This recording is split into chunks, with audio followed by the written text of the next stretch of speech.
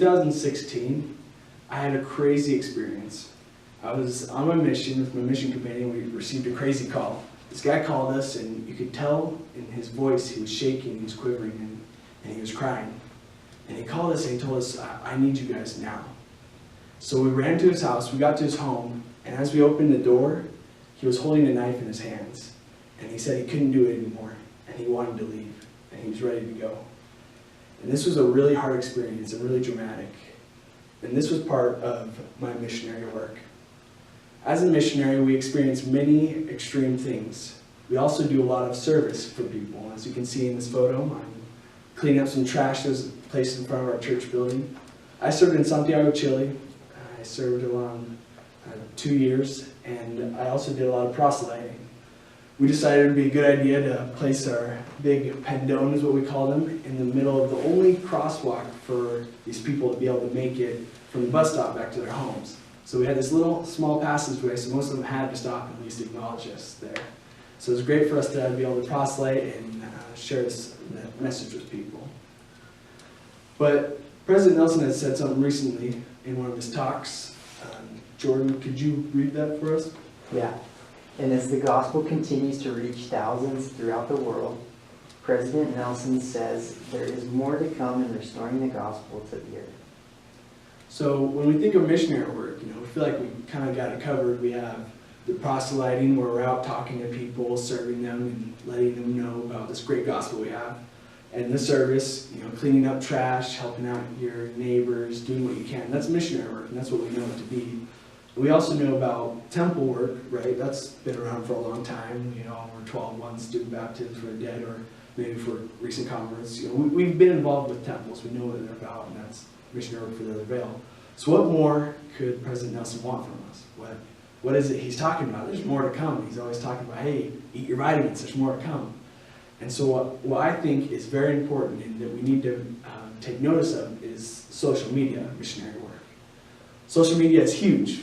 Social media is everywhere. And the missionaries today have obviously received a lot of training about it because you guys are using it on a daily basis or frequently. What's crazy is 2.8 billion people across the whole world are on social media. Either have an account on YouTube or Facebook, Twitter, Instagram. How many of you guys have Instagram or social media? Yeah, all of us have social media. So 2.8 billion people have that, but 3.5 billion people have access to it, whether it's through a family member or a friend. They have seen videos, they're around it all the time. So that's a lot of people. That's almost half the world's population. And in order to reach these people, the missionaries can do a great job by talking to people in the streets. Maybe you guys talk to how many, like 20, 30 people a day, right? With social media, we can reach thousands of millions every day if we all take part in it. BYU Idaho, I was there for about a year and a half, and I had the great opportunity of being a part of the social media effort. We started this new segment where we were going to reach out to a lot of people. It was kind of a pilot program they were starting at BYU Idaho. While I was up there, we were able to baptize over 300 people within 2 years of the social media effort, which is awesome. It got me super excited. I was like, yeah, we're actually doing something. We're baptizing people. And it was great to see the success and all the great things that came of it. And what was really cool was this was all over social media. So none of these people, because in Rexburg, Idaho, there's maybe 99% of us are members of the church. So there's really not a whole lot of opportunity for baptisms there, but we were able to reach out to other people across the world and get 300 baptisms, so it was great. This was all done while sitting on our couches, hanging out. We didn't need to get up and go knock doors. We didn't need to go out of our way, get out of our comfort zone. We were able to just sit down, stay in our comfort zone, and reach out to people. So it was a great way for everyone to get involved, and even the people that are quiet and timid were able to help out and help the people that needed to hear this message. Most people ask me, they're like, hey, this sounds great. You got a lot of baptisms. It was really successful. You did a lot of great things. But how can I get involved?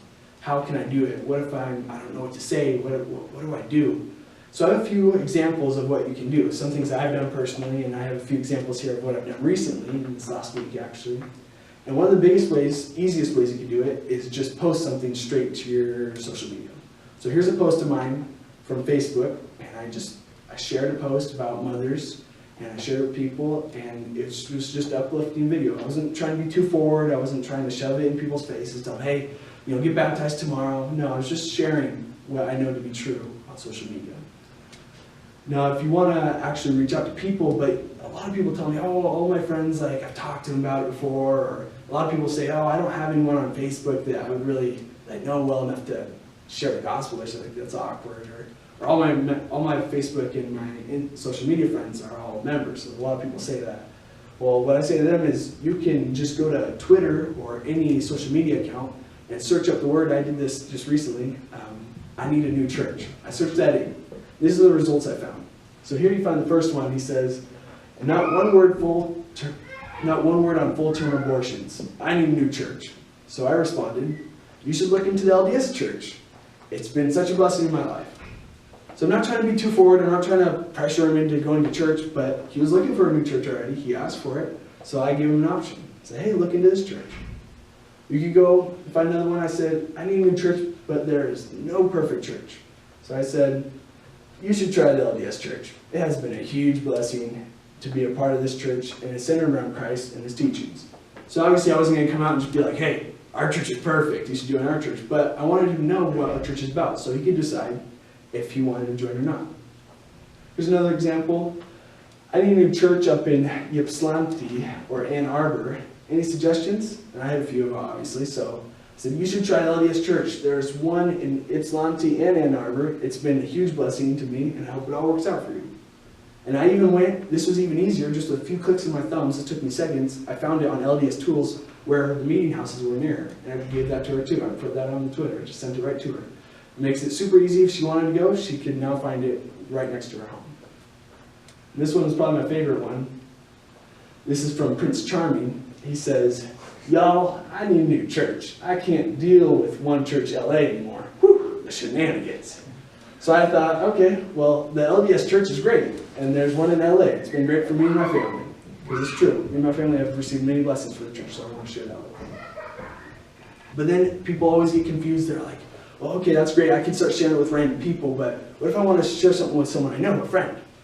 What do I say? What do I say to those people? The best thing to do is to remember that you're trying to be their friend. You're not trying to just tell them about the gospel. You want to make it authentic. Elder, could you read this quote from Holmes? It has to be their idea, Wall said. You have to connect with your friends and authentically look for opportunities to help them in their life. So it's super important to be authentic in all that you do. When you're reaching out to these people, you don't want to just force the gospel upon them and try to be a salesman about it, which is often my problem because I'm a salesman by my job. And so I often find myself forcing it a little too much, and that causes problems. And I'll give you an example here. So this is Dexter, and this was just a couple days ago. I thought it was going really great. I was talking to him. We were talking a little bit about the gospel. He said he had already met with the missionaries about 4 months ago. And I was super excited. I was like, oh yeah, this is going to be great. So we're talking a little bit. I shared this video with him about the Book of Mormon, and he liked it. He's like, oh, that's a good video. Yeah, they gave me a Book of Mormon already. And so when he told me they gave him a Book of Mormon already, I was like, shoot. I was like, my way in. Because I asked him, I was like, hey, maybe I could stop by sometime, give you a Book of Mormon. Would that work? And he's like, no, I already got one. So I was like, dang, okay. Gotta look for another way. But I was kind of pushing it a little bit. I wasn't really looking to be Dexter's friend. I was just there. I was trying to share the gospel. And this is the response I got in the end. When I said, hey, well, let's get together sometime. We can chat about the Book of Mormon. And he says, no, it's all right. So I was kind of devastated. I was like, dang, I gave it my all. But I realized I was being too much of a salesman. I was being too forceful. I wasn't making an authentic experience for him. But Joey, on the other hand, it was a really great experience we had. I was still at first kind of, pushing the gospel on him. I invited him to listen to a message. I was a missionary. I wanted to know if he had ever heard of the Book of Mormon. And he said he had, and we talked a little bit more about it, and he actually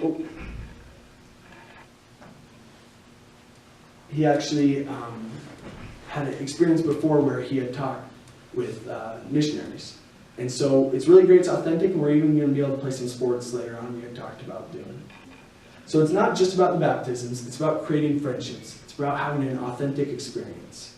We really want to create this authentic moment with this social media effort. We want to reach out to people as friends and make it happen in a very natural way. It's very important that we remember, just like my friend Rodolfo, that man that I met at the beginning of my mission, that was in need of us. He told me the reason why he reached out to us and no one else is because we had met him one day prior. And he said to us, the reason I called you guys is because after one day with you guys, just talking to you on the street, you told me that I could reach out to you if I needed anything. And to us that seems so simple. I'm sure you guys say that every day to everyone you're with. But to him it meant the world. To him it was authentic. To him, it made him feel comfortable and ready to reach out to us. So when he was in a time of need, we had no idea he was in that situation. But when he needed it, he did reach out to us, and we were able to help. So I know without a doubt in my heart that if we all engage in social media effort, we can help our ward and those around us also engage and help the billions of people that we can reach and give them that same experience. Let social media work for you.